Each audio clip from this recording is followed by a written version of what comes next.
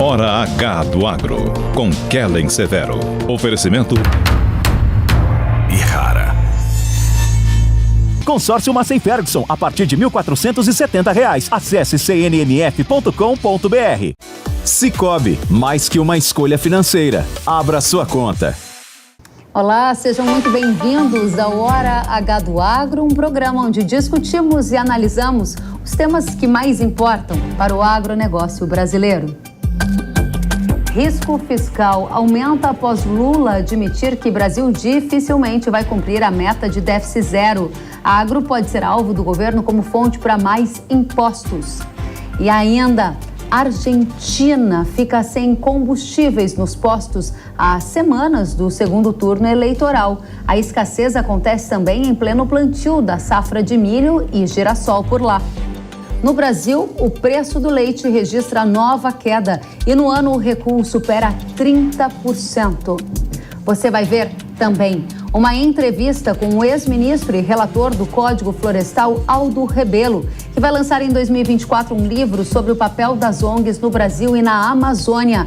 Em entrevista recente, ele afirmou que as organizações são nocivas e que algumas delas atuam como um governo paralelo.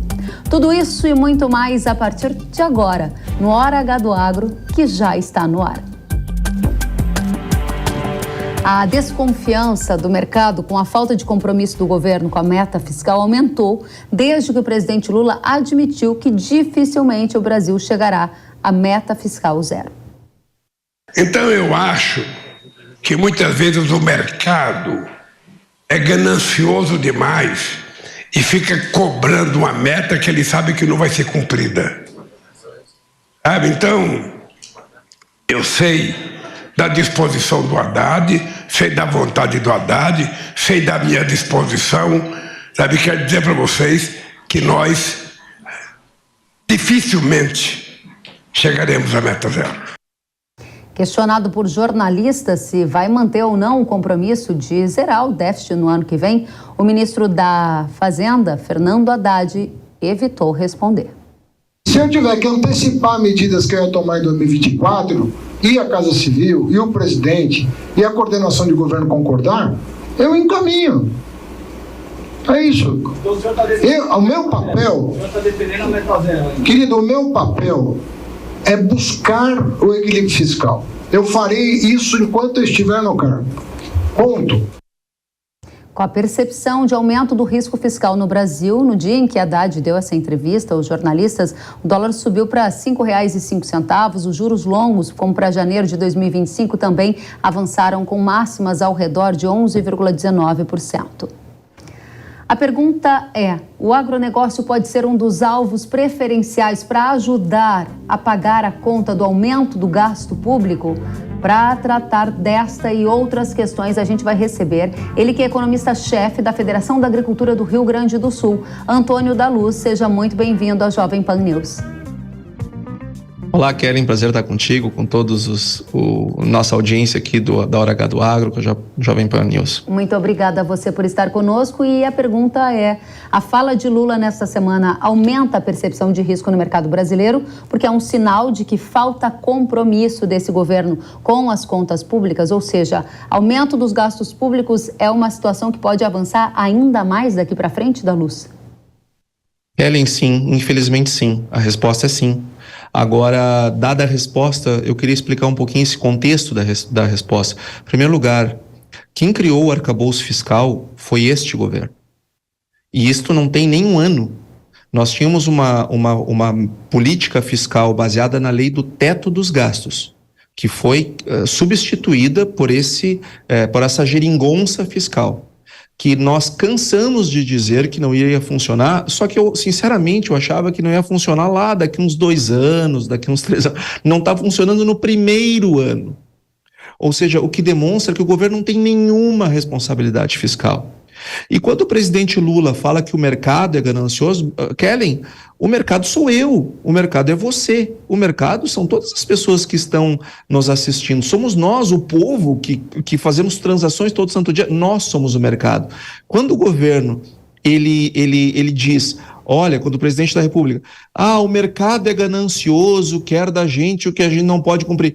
Quem trouxe a proposta fiscal não foi o mercado, foi o governo. Aliás, o mercado era contra essa regra fiscal e manifestou isso no câmbio, na bolsa e assim por diante. Um governo não pode gastar mais do que arrecada, ponto, não pode, porque toda vez que um governo gasta mais do que arrecada, ele ou vai aumentar a carga tributária no curto prazo, ou ele vai aumentar a dívida, que vai fazer com que nós paguemos mais juros e vai ter que aumentar a carga tributária ali na frente. Ou seja, são duas coisas danosas. Então, quem é ganancioso é ele, presidente da República, que quer, no período de mandato dele, gastar muito mais do que arrecada e danem-se as gerações futuras. Danem-se se nós vamos ter que deslocar dinheiro da saúde, da educação, da segurança, da infraestrutura, dos investimentos ali na frente para pagar mais juros, porque ele quis gastar mais do que arrecada.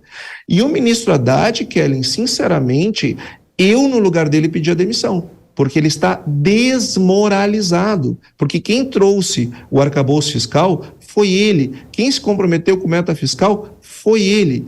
E as políticas fiscais não estão funcionando, se não vejamos, faz 3 meses, Kellen, 3 meses que o governo arrecada menos do que os iguais períodos do ano passado, só que sem descontar a inflação. Se descontar a inflação, nós estamos arrecadando menos ainda. E o governo não para de aumentar imposto. Aumenta imposto, imposto sobre isso, não, imposto sobre aquilo. E a arrecadação diminuindo. Mas isso é uma coisa óbvia. Nós estamos com a economia absolutamente enfraquecida. Só o que está crescendo é o agro. Os outros setores, infelizmente, não estão crescendo. Estamos com a população endividada. Estamos com a população em níveis recordes de inadimplência. Como é que vai aumentar a carga tributária? Aí o governo aumenta a carga tributária, o que acontece? Diminui a arrecadação. Nós estamos com um déficit fiscal de janeiro a agosto de 106 bilhões de reais. Nós já estamos com déficit primário. Ou seja, o governo não faz nenhum esforço em cortar gastos. É só aumento de imposto, tentando aumentar a arrecadação, que não reage. A arrecadação vai cada vez mais enfraquecer, porque não é aumentando imposto que eu aumento a arrecadação, e agora nós estamos perdidos do ponto de vista fiscal. Esta é a realidade, o Brasil não tem norte fiscal. O ministro fala uma coisa, o presidente fala outra, os números são estarrecedores da arrecadação, e sim, acho que tem boas chances de sobrar para o agro, porque o governo, para variar, depois da reforma tributária sobre bens e serviços, o próximo passo é sobre a renda. E o zum é claríssimo em cima do agronegócio, que é uma coisa que nos preocupa bastante, Kellen. É importantíssimo que a gente traduza para bom português o que é meta fiscal, o que é déficit fiscal, o que é preocupação com as contas públicas, porque tudo está muito conectado da luz e acaba gerando o efeito de contágio que importa para a nossa audiência, que você já antecipou na sua primeira resposta. Se um governo ele gasta mais, ele precisa tentar arrecadar mais, porque a conta minimamente vai ter que fechar de algum jeito, mesmo que ela vá ficar ainda bastante deficitária. A linha de raciocínio que você apontou é mais impostos. Ouvi atentamente você dizendo que o agro é um dos setores da economia brasileira que tem mostrado um melhor desempenho em comparação com outros da economia. Objetivamente, o agronegócio será um dos alvos preferenciais para ajudar a pagar a conta do aumento do gasto público? Sim, Kellen, porque como é que o governo ajusta as contas, tá? Nós temos que ajustar as contas, nós não podemos gastar mais do que a gente arrecada todo santo ano, porque isso não é saudável, isso não é sustentável. Nós estamos com a nossa dívida PIB em patamares enormes, elevadíssimos. Ou eu aumento a arrecadação, ou eu reduzo o gasto. Este governo não faz nenhum movimento no sentido de reduzir gastos, nada, nem um mínimo esforço sequer. Então o que ele tenta fazer? Aumentar a receita. Só que na tentativa de aumentar a receita, ele está elevando a carga tributária. Só que a sociedade brasileira não aguenta mais trabalhar para pagar imposto. Então o que acontece? As pessoas investem menos, consomem menos, têm menos atividade econômica, a arrecadação do governo, ao invés de subir, cai. Eles estão aumentando a carga tributária e a arrecadação está caindo. Qual é o próximo passo do governo se assim seguir? Passado o trâmite da reforma tributária, essa que está no Senado, eles virem com uma proposta de reforma para mexer na renda, no lucro, etc., que pode pegar o agronegócio com milhões de produtores sem uma contabilidade adequada e isto ser o meio de fazer com que se aumente a arrecadação nesse setor. Nós estamos preocupados com a sanha desse governo sobre todos os setores. E o agronegócio, como tem crescido um pouco mais, tem grandes chances de ser o alvo preferencial, até porque o presidente tem dado N demonstrações de não ter nenhum tipo de preocupação com o agronegócio brasileiro e o seu papel lá fora. É interessante que nesse contexto em que a gente vê uma diminuição da preocupação com o fiscal, se é que ela existiu em algum momento, mas agora o compromisso não está muito claro, né, que não há um compromisso nesse sentido dito pelo próprio presidente da República. O segundo aspecto é um governo mais gastador, com o aumento do gasto público, aumenta o apetite por impostos. Eu lembro de uma vez ter lido que é a mesma premissa de que a gente não deve ir ao supermercado com fome. Objetivamente, a gente vê um Estado faminto discutindo uma reforma tributária. Esse é o meu primeiro ponto de preocupação. O papel do Congresso nesse momento de discussão de reforma tributária.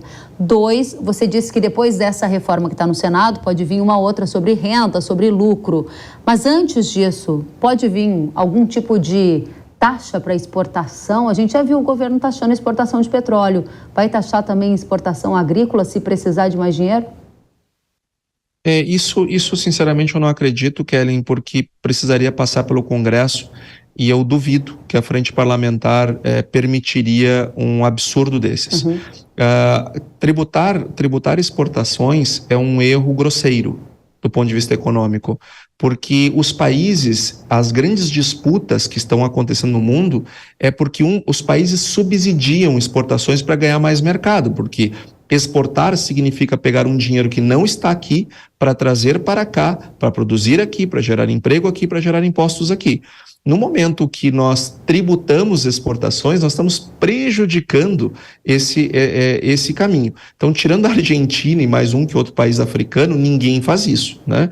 Então, eu não acredito que o nosso Congresso ele viesse a permitir um absurdo desses, e se a reforma tributária for aprovada parecido com o texto que saiu da Câmara, que nessas alturas do campeonato já tenho dúvidas, nós estamos com as exportações blindadas, não para o agro, para qualquer tipo de exportação, porque não se tributa exportação, não se tributa a produção e não se tributa investimento. São 3 coisas que não se tributam num sistema tributário. Então, acredito que o governo ele deve vir com outras medidas. Por exemplo, essas operações da Receita Federal, elas não estão sendo feitas por acaso no campo. Quando o governo trouxe a obrigatoriedade para quem tinha uma arrecadação superior a 4.800.000 reais de trazer o livro Caixa Digital, isso não era por acaso. Essas questões de nós utilizarmos os investimentos para bater o resultado, isso a Receita está de olho faz horas. Estava só esperando um governo que tivesse sanha arrecadatória e ganância, porque quem é ganancioso não é o mercado. Quem é ganancioso é o presidente da República, que quer tirar dinheiro da população para ele gastar no governo dele e seguir pagando aí todas essas mordomias que nós temos assistido, nós contribuintes pagar para o Estado brasileiro. Muito bem, Antônio da Luz, está bastante claro, e era isso que a gente queria esclarecer para a nossa audiência, se com essa clara demonstração de falta de compromisso com o fiscal pelo atual governo, haveria riscos adicionais para o agro como uma das fontes pagadoras de mais impostos. Você respondeu mais de uma vez e de diferentes formas que a resposta é sim. Muito obrigada por estar conosco, volte mais vezes, é um prazer contar com você. Prazer é sempre meu, Kellen. Um abraço a todos. A você também, Antônio da Luz, economista-chefe da Farsul, a Federação da Agricultura do Rio Grande do Sul. A semana foi de dificuldade para os argentinos encontrarem combustíveis diante da escassez de gasolina e diesel nos postos. Vários dos postos de lá ficaram com filas quilométricas formadas por quem buscava combustível. Para quem nos assiste pela televisão, está muito claro o desafio que os argentinos passaram nesses últimos dias. Os postos que não tinham filas é porque estavam fechados, sem estoque. Falta de dólares para as importações e políticas de congelamento de preços estão entre alguns dos motivos para explicar esse problema que o país enfrenta. Vai lembrar que essa situação acontece há poucas semanas do segundo turno das eleições presidenciais disputadas lá na Argentina pelo candidato do atual governo, Sérgio Massa, e também por Javier Milei, que é o candidato de direita que faz oposição ao Massa. Vai lembrar que, neste momento, a Argentina está em uma fase importante de plantio da safra, momento em que os agricultores utilizam combustível como diesel, por exemplo.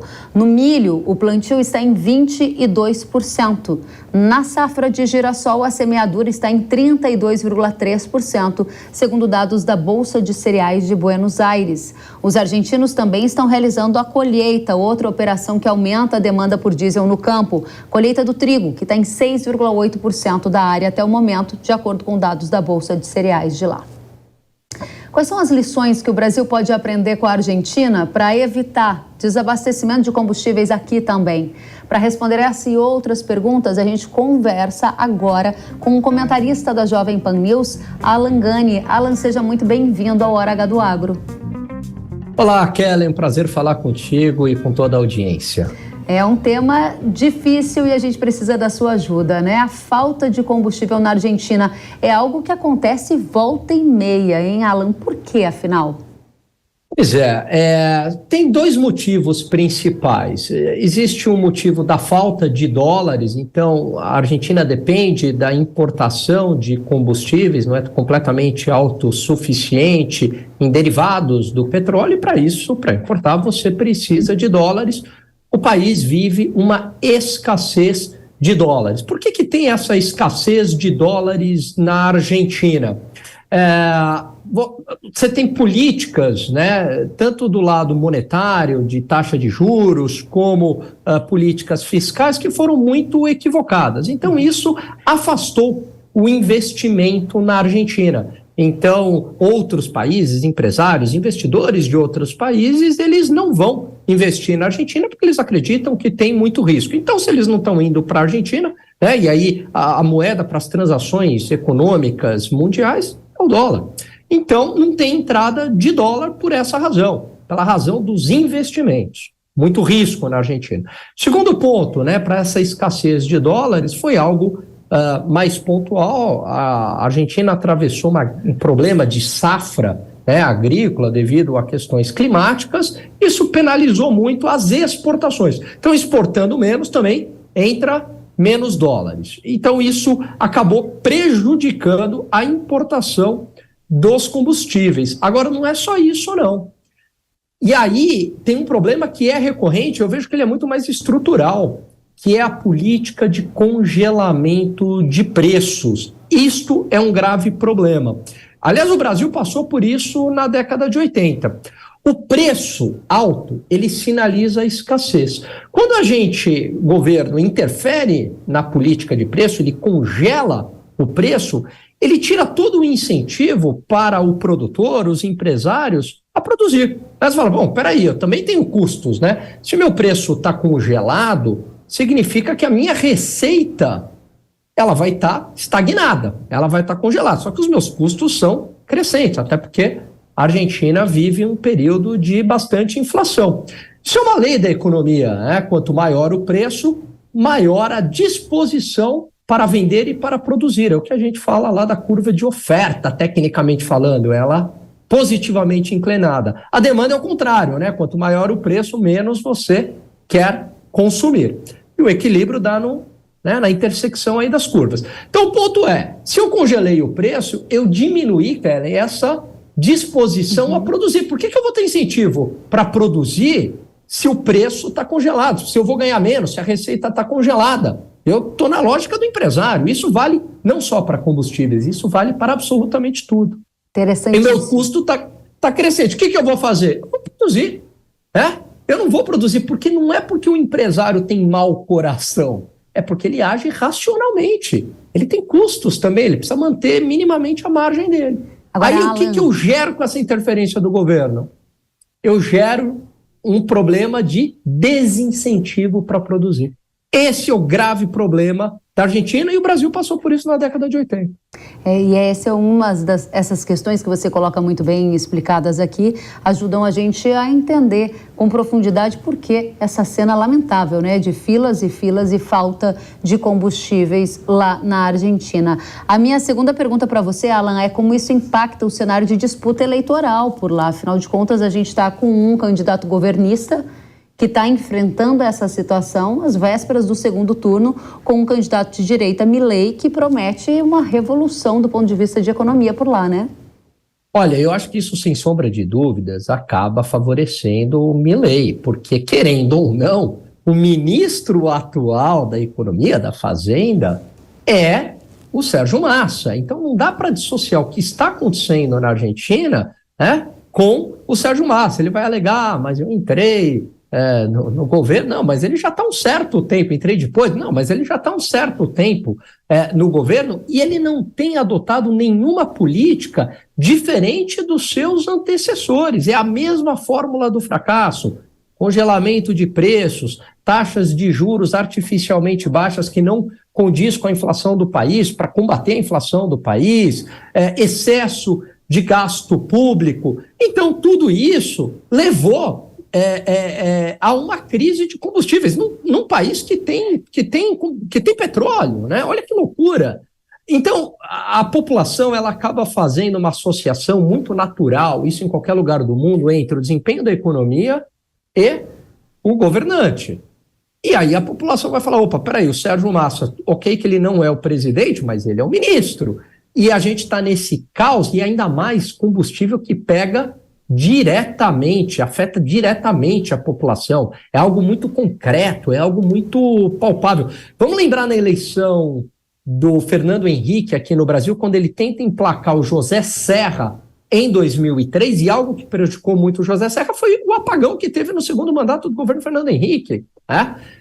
Aquilo, a população sente o efeito. Peraí, eu estou tendo aqui, está tendo apagão na minha casa, eu não consigo usar energia elétrica, eu tenho que economizar energia.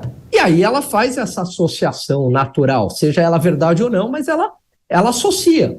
Então isso tende a favorecer o Milei. Perfeito. Até porque o Milei vem com uma proposta de, eu vou fazer diferente de tudo que foi feito até agora, pelo menos nos últimos 15 anos, e que foi um fracasso. Congelamento de preço, excesso de gasto público, etc. Eu vou ter mais controle das contas públicas, eu não vou congelar o preço. Então, eu acredito que isso possa beneficiar o Milei. Muito bem. Agora, Alan, para a gente trazer uma última questão para a nossa audiência, objetivamente, quais são as lições que o Brasil pode aprender com esse episódio de desabastecimento? É falta mesmo de combustível no vizinho, aqui a Argentina, que é também um concorrente do agro no mercado agrícola, que está ali plantando cereais, colhendo a safra de trigo, precisa do diesel. Esse é um pavor que os brasileiros não querem nem pensar em enfrentar aqui no agro do nosso país. Faltar combustível em tempos de plantio ou em tempos de colheita.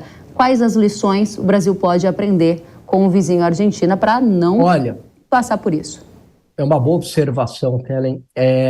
A gente tem as lições que deram errada na Argentina e do nosso próprio passado. E é impressionante como a gente volta, vira e mexe, a flertar com essas ideias, principalmente em relação ao congelamento de preços. Na década de 80, no governo Sarney, tinha-se essa ideia que os preços subiam porque o empresário era ganancioso, então vamos congelar os preços, e piorou, né? Deu um aumento do salário mínimo artificial para a população inteira. O que aconteceu? Teve um excesso de demanda, os preços estavam congelados, os empresários não queriam produzir, começou a faltar absolutamente tudo no Brasil. A gente viu isso acontecer na década de 80. O pessoal mais velho vai acabar lembrando disso. E depois, no primeiro governo Dilma, a gente volta a flertar com essas ideias, né? Com congelamento do preço da energia, congelamento do preço da gasolina aqui, os custos da Petrobras crescentes. A receita estagnada, quase quebrou a Petrobras afastou o investimento estrangeiro e, no final das contas, a realidade se impõe. A Petrobras teve que reajustar o preço, só que daí não é paulatinamente, é de uma vez só. Então a população vai acabar sendo ainda mais penalizada. E, recentemente, a gente percebe também algumas ideias de interferência de preço. Vamos tentar controlar a taxa de juros na canetada, como se isso funcionasse. Não, o preço é uma resultante de mercado. O preço tem um nível de equilíbrio. Eu não consigo controlar o preço na canetada. Se eu fizer isso, alguma coisa vai vazar. Então, controle de preço não funciona e nunca funcionou em nenhum lugar do mundo. É isso que a gente tem que tirar da lição aí do que está acontecendo com a Argentina. E, claro, outro ponto essencial, rapidamente, o controle das contas públicas. Isso é primordial para trazer o investimento privado para o país de volta, redução da taxa de juros e a gente ter um crescimento sustentado do PIB. É bom que a gente aprenda e não passe por situações semelhantes a essa aqui. O agro do Brasil não merece, assim como imagino o agro da Argentina também não. Alan, muito obrigada pela sua presença conosco. Volte mais vezes ao Hora H do Agro. Eu que agradeço. Um grande abraço a todos. Até a próxima. Alan Gani, que é comentarista aqui da Jovem Pan News.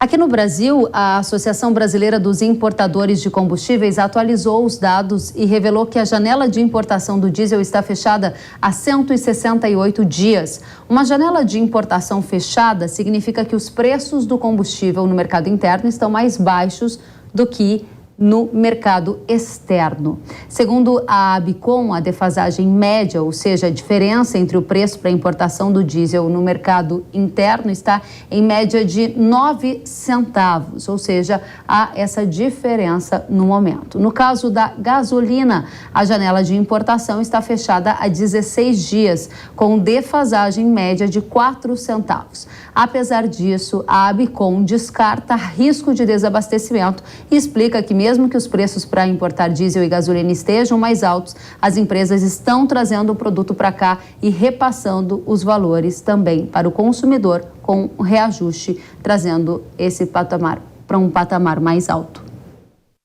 Vale lembrar que o diesel é um dos principais insumos usados dentro das propriedades rurais nesta época do ano, em que os agricultores estão realizando o plantio da safra de verão, por exemplo. De acordo com a Conab, que é a Companhia Nacional de Abastecimento, a semeadura da soja está em 40% neste momento, contra 47,6% no mesmo período do ano passado. Para quem nos acompanha pela TV, é possível ver nesta tela o avanço do plantio por cada estado do país. Notamos que Mato Grosso está com 70,9% da semeadura concluída, seguido por São Paulo e Paraná, com 58%. No caso do milho verão, o plantio no Brasil está em 37,2%, contra 39,8% do ano anterior.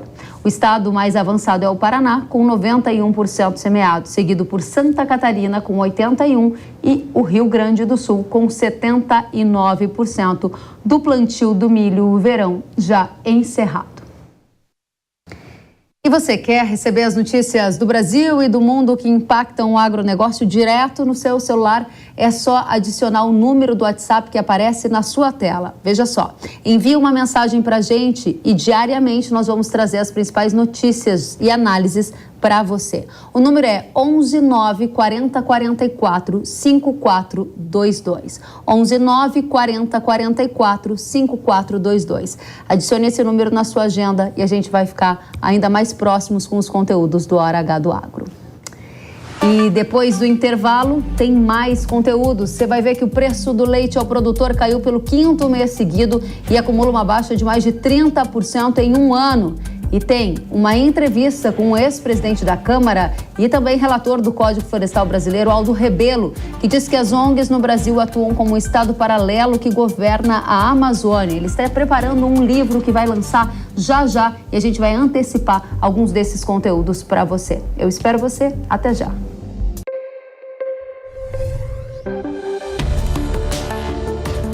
O agro, setor que movimenta a economia brasileira, gerando renda, emprego e oportunidades para toda a população. Hora H do Agro. com Kellen Severo. Precisando de uma nova máquina para aumentar a sua produtividade? Aqui no Consórcio Nacional Massey Ferguson lançamos o Grupo 377. Com ele vem vários benefícios exclusivos para você, como planos em até 10 anos para pagar, sem juros, sem taxa de adesão e parcelas reduzidas a partir de R$ 1.470. Aproveite e procure a rede de concessionárias Massey Ferguson. Quer saber mais? Acesse www.cnmf.com.br ou entre em contato pelo WhatsApp 11 9 3016 0316. Eu só queria te contar sobre o cooperativismo financeiro, a união de pessoas, gente que não é só cliente, é dona e dono. Isso é ter voz, participação até nos resultados. Cooperativa não é banco nem fintech, é inclusão de verdade. E quanto mais gente fizer parte, maior será a transformação. Tá aí a explicação.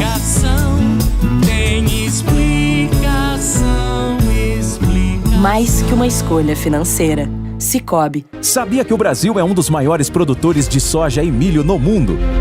Esse mercado movimenta mais de 70 bilhões de dólares anualmente e tem muitas oportunidades. Com o curso de comercialização de soja e milho da NIL, você aprende a negociar preços em bolsas internacionais e proteger seu capital. O professor João Birkan tem mais de 60 anos de experiência e vai te ensinar como ganhar dinheiro no agronegócio. Garantir uma taxa melhor do dólar para daqui a 12 meses. Esse curso é ideal para você que quer trabalhar com trading de soja e milho no mercado financeiro e para você que é produtor e quer potencializar os lucros com sua safra. Ingresse no setor que mais cresce no Brasil. Acesse newcursos.com.br e inscreva-se.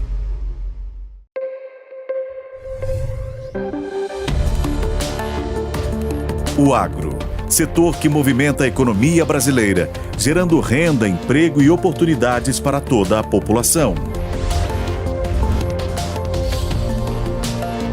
Hora H do Agro, com Kellen Severo. Estamos de volta com Hora H do Agro, aqui na Jovem Pan News.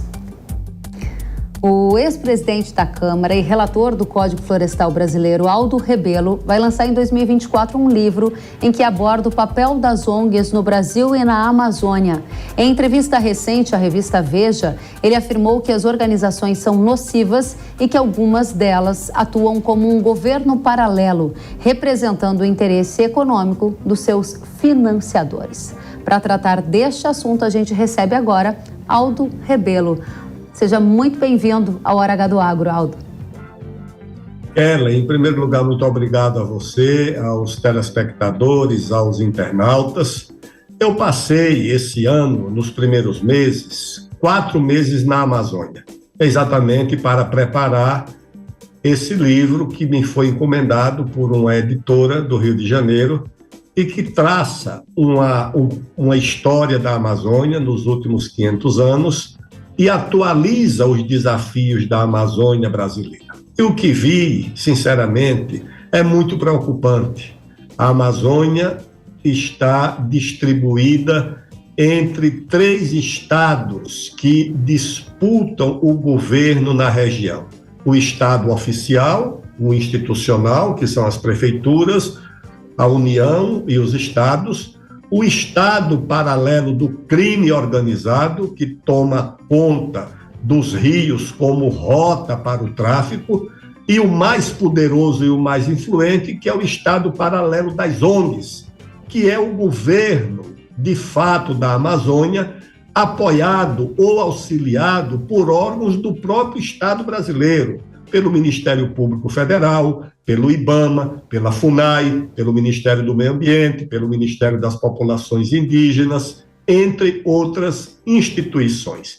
E o Brasil tem, na verdade, a sua soberania reduzida ou partilhada com essas organizações não governamentais financiadas do exterior e que estão na Amazônia, não em busca do nosso bem, o que seria muito desejável.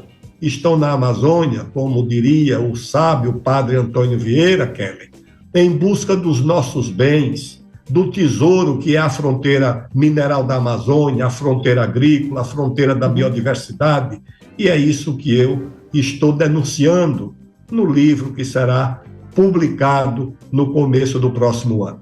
Interessante, a gente quer aprofundar um pouco e tentar antecipar para a nossa audiência parte do que está nesse livro que você vai publicar em 2024, mas tem uma dúvida. Como você avalia esse momento agora com o governo de Lula, que no governo atual há uma bandeira muito forte, pelo menos nas palavras, de defesa da Amazônia e da sustentabilidade. Na prática, nesses 4 meses em que você esteve na Amazônia, o que você viu e o que você constatou?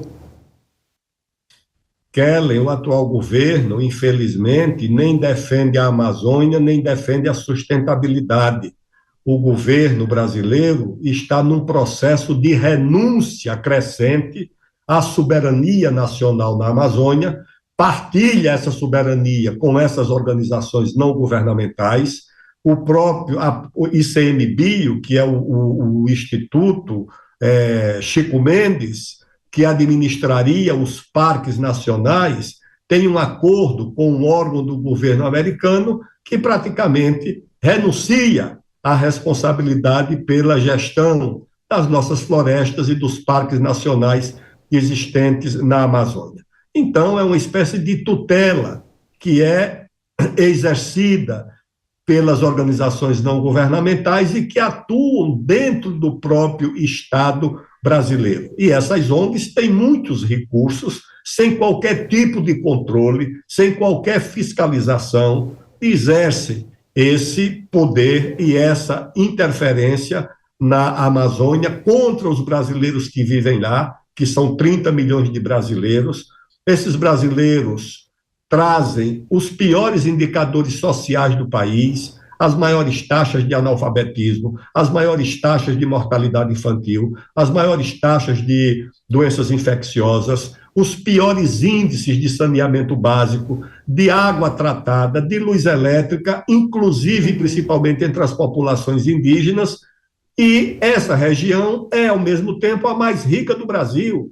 Nas palavras de um geólogo com décadas de experiência na Amazônia, se você quiser saber, segundo ele, o que é que tem de riqueza mineral na Amazônia, é você olhar para a tabela periódica, porque, segundo ele, tudo que tem na tabela periódica tem na Amazônia, além da biodiversidade, da água e das florestas. Eu estive vendo agora o registro de patentes de biodiversidade da Amazônia, o número de patentes registradas, principalmente na China e nos Estados Unidos, e quase nada no Brasil. Essa é a situação da Amazônia brasileira. O senhor tem uma proximidade muito grande com o agro, porque conhece, porque foi relator do Código Florestal, e a minha pergunta é: quem são os principais financiadores destas ONGs que o senhor está aqui denunciando essa atuação? E segundo, que tipo de impacto elas podem gerar para o agro do Brasil pela ação que hoje elas têm no nosso território, de acordo com as suas pesquisas? A agricultura e a pecuária brasileira são os principais alvos dessas organizações não governamentais. Elas não estão preocupadas com o meio ambiente. O meio ambiente é uma preocupação importante da humanidade, é uma agenda importante do planeta, mas nesse caso, Kellen, se trata de guerra comercial, da agricultura frágil, de países que são muito fortes, economicamente e diplomaticamente, como Estados Unidos e a Europa, contra um país de uma agricultura muito forte, que é a brasileira, muito competitiva, mas o país é diplomaticamente muito fraco. Então, essas ONGs se voltam para bloquear a fronteira agrícola do Brasil.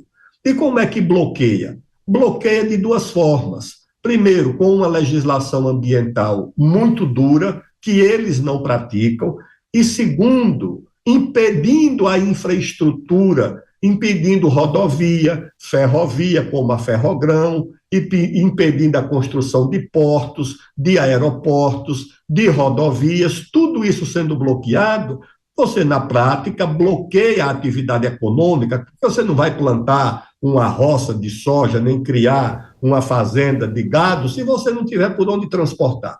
Então, essas ONGs se voltam principalmente para isso, recebem financiamento público do exterior, diretamente, como no caso dessa agência americana que financia ONGs no Brasil, ou desse fundo que o governo brasileiro criou, que é o Fundo Amazônia, que deve ter hoje uns 6 bilhões de reais, E esse Fundo Amazônia, embora criado pelo governo brasileiro, recebe dinheiro da Noruega, da Alemanha, da França, dos Estados Unidos e de outros países. Com que finalidade?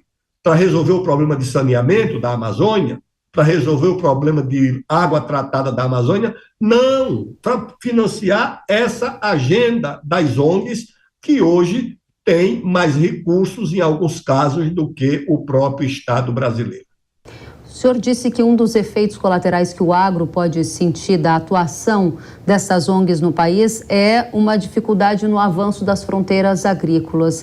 Moratórias para alguns biomas do Brasil, ou dificuldade de desenvolvimento ou exportação de mais outros produtos, ou exploração de fertilizantes, estão também entre alguns dos fatores que o senhor observou e entende que seja uma tendência? As ONGs estão mais próximas também da iniciativa privada? Olha, deixa eu te dizer 2 exemplos aqui. O Brasil tem uma das maiores reservas de potássio, que é um insumo fundamental para a agricultura. E esse insumo tem uma reserva importante lá na Amazônia, no município de Altazes. E o que acontece? É que o Ministério Público e as ONGs estão criando uma área indígena para impedir a exploração desse minério, desse potássio.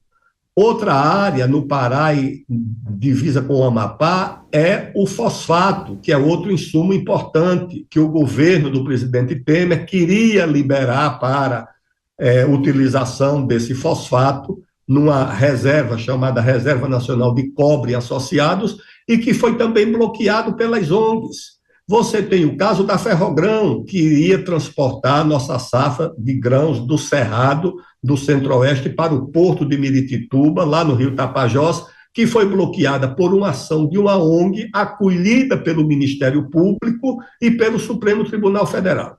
Então, na verdade, esse bloqueio articulado das ONGs está ligado ao interesse comercial e econômico dos concorrentes brasileiros na Europa e nos Estados Unidos.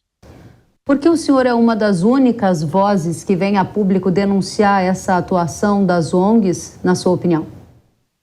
Porque o Brasil desconhece a situação da agricultura, da pecuária do Brasil, da importância social que essa atividade tem, no preço dos alimentos, na democracia da mesa. O brasileiro médio, Kelly, valoriza muito a democracia individual, a democracia das redes sociais, as liberdades individuais. Os pobres valorizam a democracia da mesa, o preço dos alimentos, o preço do arroz, o preço do feijão, o preço da carne. Essa é a democracia mais visível para as famílias pobres, mas só que elas não têm influência nos formadores de opinião. Os formadores de opinião não estão preocupados com o preço do feijão, estão preocupados com essa agenda mais universal dos costumes, do comportamento e do meio ambiente. E a mídia, com honrosas exceções, está concentrada nisso. Eu vejo, porque estudei, porque acompanhei, porque fiz mais de 200 audiências públicas na época do Código Florestal, que a agricultura e a pecuária são importantes socialmente para o Brasil, culturalmente, para a nossa balança comercial, para a geração do emprego urbano, inclusive, de máquinas, equipamentos e insumos, mas os concorrentes se apossaram da narrativa e ligaram a agricultura e a pecuária a uma agenda negativa, que é a agenda do desmatamento, das queimadas, das questões indígenas, e nós não temos conseguido reverter ainda. Acho que vamos conseguir reverter essa compreensão e chegar à conclusão lógica, necessária e verdadeira de que a agricultura e a pecuária são temas de interesse nacional, de interesse geopolítico, de interesse comercial e de interesse social do nosso país. Excelente. A minha pergunta para o senhor é: essa guerra entre o agro, as ONGs, é uma guerra que não está perdida, pelo que eu ouvi agora o senhor dizendo. Como evitar danos maiores à população brasileira, que ela pague mais caro pela comida, que a gente não consiga fazer uma exploração consciente, economicamente, ambientalmente, dos nossos recursos naturais? Qual a saída? primeiro lugar, o Estado brasileiro. Quando eu digo Estado, é o Congresso tomar posições importantes para proteger essa atividade, e isso o Congresso tem condições de fazer. O Poder Executivo, que eu não tenho a esperança de que esse Poder Executivo que está aí, governado por interesses das organizações não governamentais que estão no Ministério do Meio Ambiente, no Ministério das Populações Indígenas, no IBAMA, na FUNAI, esse governo não vai se interessar por essa agenda. Também não vai ter muita força para fazer o mal, mas não fará o bem em nenhuma hipótese. O Poder Judiciário, o Supremo Tribunal Federal, precisa compreender que essa atividade é de interesse da população e do país, e a imprensa, a mídia, essa mídia que tem um comportamento, como te disse, com honrosas exceções, é exatamente de hostilidade à agricultura e à pecuária.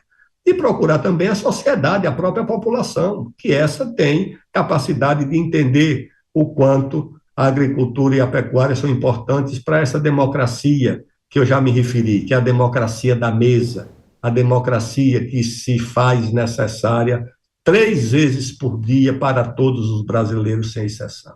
É verdade. Agora, nesse contexto em que o senhor está aqui chamando a atenção para a importância da comida barata, da comida farta na mesa dos brasileiros, e em que está também denunciando a ação das ONGs como hoje um desafio para o desenvolvimento do Brasil na sua potência máxima, e coloca ainda o atual governo como um governo que está sendo conivente com essa ação de um poder paralelo na Amazônia, aqui nas suas palavras, é isso que a gente vai encontrar no seu livro? Eu entendo que muitas pessoas que estão lhe ouvindo vão querer ler depois de ouvir essa entrevista. Conte pra gente se já tem data de publicação, qual o título e como a gente faz para ter mais detalhes sobre essa pesquisa profunda que está fazendo sobre a atuação das organizações não governamentais aqui no nosso país.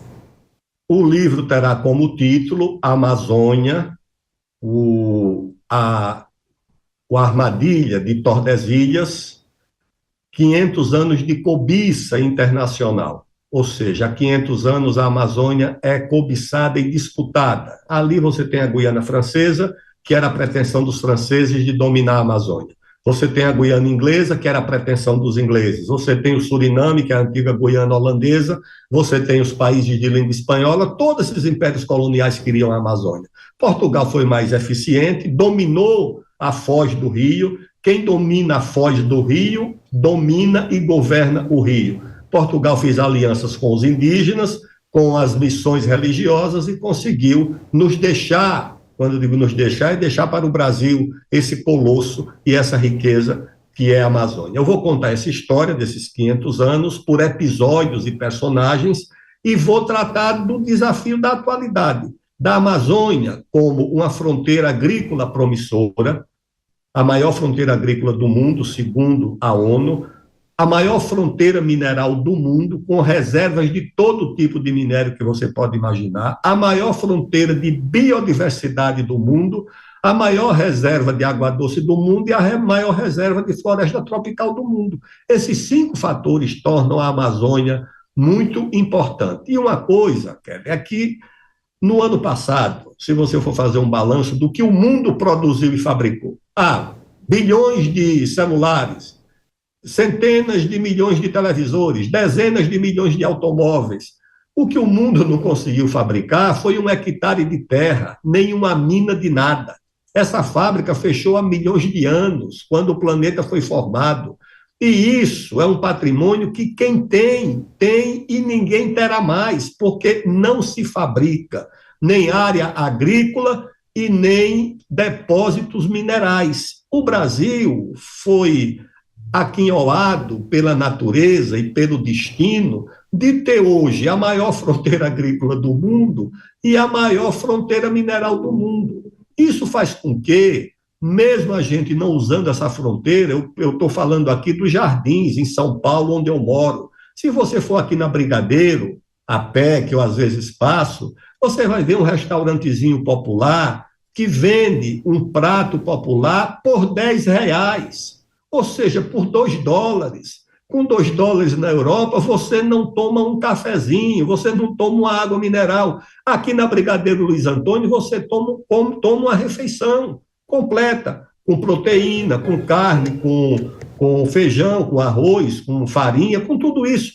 Isso é possível por quê? Porque tem uma atividade que assegura que essa alimentação seja acessível por esse preço. Então, em resumo, o meu livro vai contar essa história da Amazônia e tratar dos desafios da Amazônia como a grande promessa de transformar o Brasil num país próspero, num país desenvolvido, num país justo, de melhorar a vida dos amazônidas e o excedente ajudar a melhorar a vida de todos os brasileiros. Porque o ouro, petróleo, o ferro, manganês, cassiterita, fosfato, o potássio, tudo que tem na Amazônia dá para fazer o bem-estar dos 30 milhões de brasileiros que vivem lá e dos outros 180 milhões de brasileiros que vivem fora da nossa Amazônia. É realmente interessantíssimo.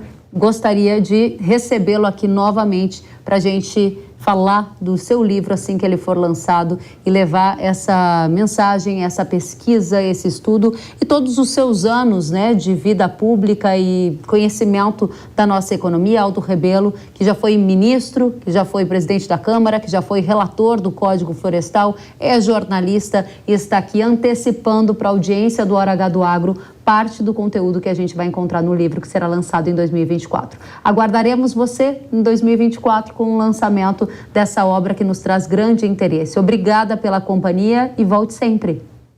Muito obrigado, Kelly. Até breve. Até breve. Tchau, tchau. E a gente troca de assunto agora para falar do preço do leite pago ao produtor rural, que registrou a 5ª queda seguida. Dados do CPEA, que é o Centro de Estudos Avançados em Economia Aplicada, revelam que em setembro o valor médio no Brasil foi de R$ 2,05, uma queda de 9% em relação a agosto. Veja que o preço de setembro é o menor dos últimos 3 anos. Na comparação anual, o produtor de leite está recebendo 31,5% menos do que no mesmo período de 2022. Indo um pouquinho mais fundo nesses dados, o CPEA indica que o estado que atualmente tem o menor preço pago ao produtor é o de Santa Catarina e também o estado do Rio Grande do Sul, com uma média de R$ 1,92 por litro. Seguido por Goiás, com o litro do leite a R$ 1,99 na média. O aumento da disponibilidade interna devido ao avanço da captação nacional, o consumo interno cambaleante e as importações aquecidas são alguns dos motivos que explicam essa situação. No caso das importações, o CPEA afirma que de janeiro a setembro de 2023, as importações pelo Brasil somam 1,6 bilhão de litros em equivalente leite, quase o dobro do volume registrado no mesmo período do ano passado. Ou seja, as indústrias estão optando por trazer o produto de fora do que comprar aqui dos produtores locais. Vale lembrar que nos últimos meses o governo federal anunciou algumas medidas para tentar socorrer o setor leiteiro. Entre essas medidas estão o aumento do imposto de importação para 3 produtos lácteos, a compra de R$200 milhões de leite em pó pela Conab e benefício fiscal a indústrias cadastradas no leite mais saudável. Será que há um sinal de melhora no horizonte? A gente vai conversar com o técnico da Comissão de Pecuária de Leite da CNA, Guilherme Dias. Guilherme, seja muito bem-vindo ao Hora H do Agro. Tem luz no fim desse túnel, um túnel de crise para o setor de leite? Olá, Kellen, é um prazer estar participando aqui você do programa. E sim, né, nós estamos riscando fósforo para que o governo sim coloque esse fósforo na lamparina, né, buscando essa luz no fim do túnel. Nós realizamos, capitaneados aí pela Frente Parlamentar em Apoio ao Produtor de Leite, ontem aqui em Brasília, no Salão Negro da Câmara dos Deputados, o 2º encontro dos produtores brasileiros de leite, justamente para expor a crise pela qual passa o setor para o Poder Executivo, para que a gente possa aí sugerir medidas para atenuar os impactos dessa crise, né? Como você muito bem colocou, os preços do leite são os menores nos últimos 3 anos, ao passo em que os custos, apesar de já terem arrefecido um pouco, ainda se encontram em patamares elevados, né? Você fala do governo como um braço para tentar socorrer a atividade leiteira, que vive uma das piores crises da história. É essa a única alternativa? Passa pelo governo? Recentemente a gente noticiou aqui que algumas entidades esperavam subsídios aos produtores de leite. Houve algum avanço nessa direção? Ou avanços para inibir a importação do leite, que está entrando de forma muito competitiva e detonando parte da produção local? Exato, né? Vale lembrar que é um dos maiores volumes já internalizados pelo Brasil nos primeiros 9 meses de um ano. As projeções aqui da CNA indicam que o mês de outubro deve totalizar aí cerca de 200 milhões de litros equivalente leite aqui pelo Brasil. E sim, tem havido um diálogo, né, do Poder Executivo, especialmente os ministérios da Agricultura, do Desenvolvimento Agrário, até mesmo o MDIC, junto com nós, instituições representantes do setor, justamente pautando a edição de medidas para contribuir com a mitigação dessa crise. Como você bem citou, a elevação de tarifas para produtos, né, extra-Mercosul, foi uma das medidas, a reedição das regras que regem o programa Mais Leite Saudável, para garantir que os benefícios fiscais às indústrias que estejam realizando ações de assistência técnica aos produtores rurais sejam concedidos apenas àquelas que estão efetivamente fomentando a produção interna. Tudo isso contribui. Contudo, essa medida referente ao programa Mais Leite Saudável, ela é válida apenas daqui a 90 dias. E o setor ele já está com margens negativas, extremamente prejudicado, e ele não consegue esperar esses 3 meses para ter algum reflexo, algum fôlego para conseguir honrar com seus compromissos financeiros e manter os investimentos na manutenção ou na expansão da atividade. De onde vem... Pois não. Não, então nós temos mantido esse diálogo, temos proposto medidas ao governo, justamente porque os problemas hoje que nós estamos enfrentando são diretamente oriundos do Mercosul, que fornecem aí cerca de 98% desse volume de leite que a gente tem internalizado. E esses países gozam aí de tarifa zero para essa internalização, e o maior contribuinte com esse volume de leite é a Argentina, que vem aplicando aí pesados subsídios à produção, que isso acaba por distorcer o mercado e trazer artificialidade para o comércio internacional. Ou seja, o que você está dizendo para a gente é que precisa da mão do governo, principalmente por conta dessa questão do Mercosul, mas há também uma grande desconfiança de alguma medida efetiva para barrar a entrada desse produto por toda a questão de livre mercado dentro desse bloco econômico. A minha pergunta para você é: estamos no fim do poço, ou sem essas medidas por parte do governo federal a gente vai ver mais produtores deixando a atividade e o preço do leite caindo ainda mais?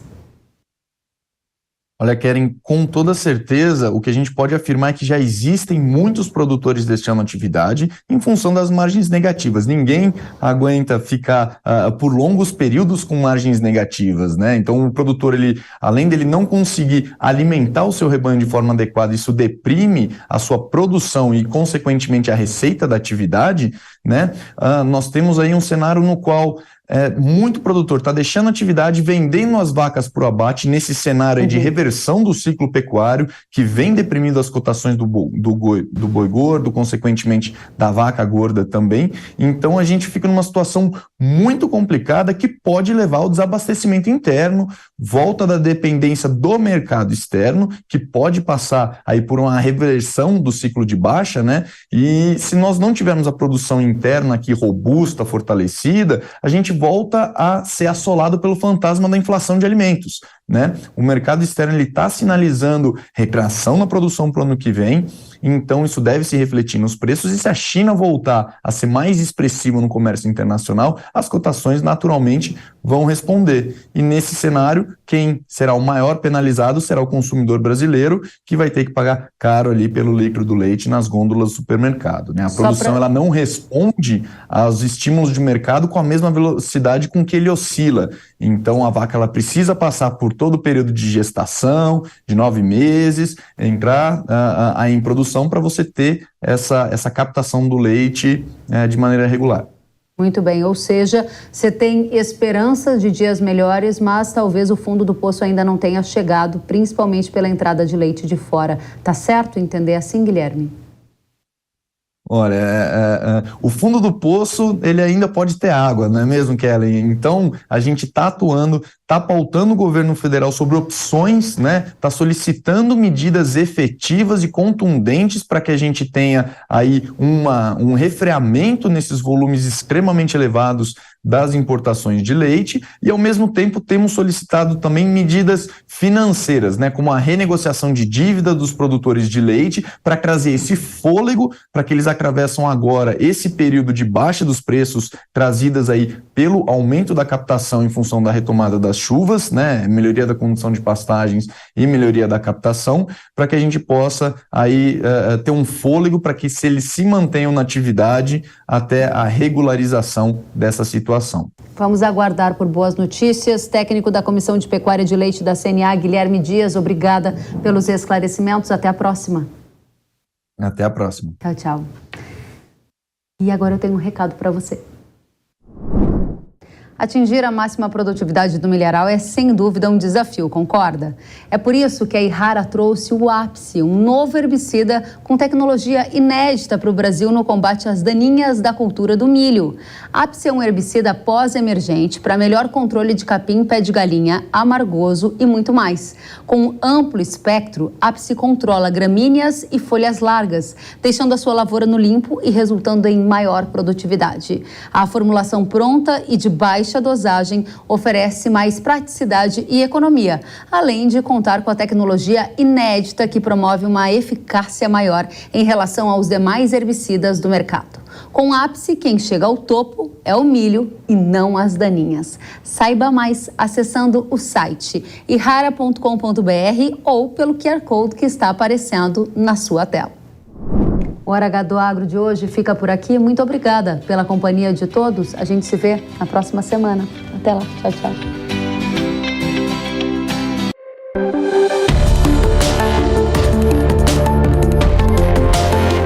Hora H do Agro, com Kellen Severo. Oferecimento Yara. Consórcio Massey Ferguson, a partir de R$ 1.470. Acesse cnmf.com.br. Sicoob, mais que uma escolha financeira. Abra sua conta. Realização Jovem Pan News.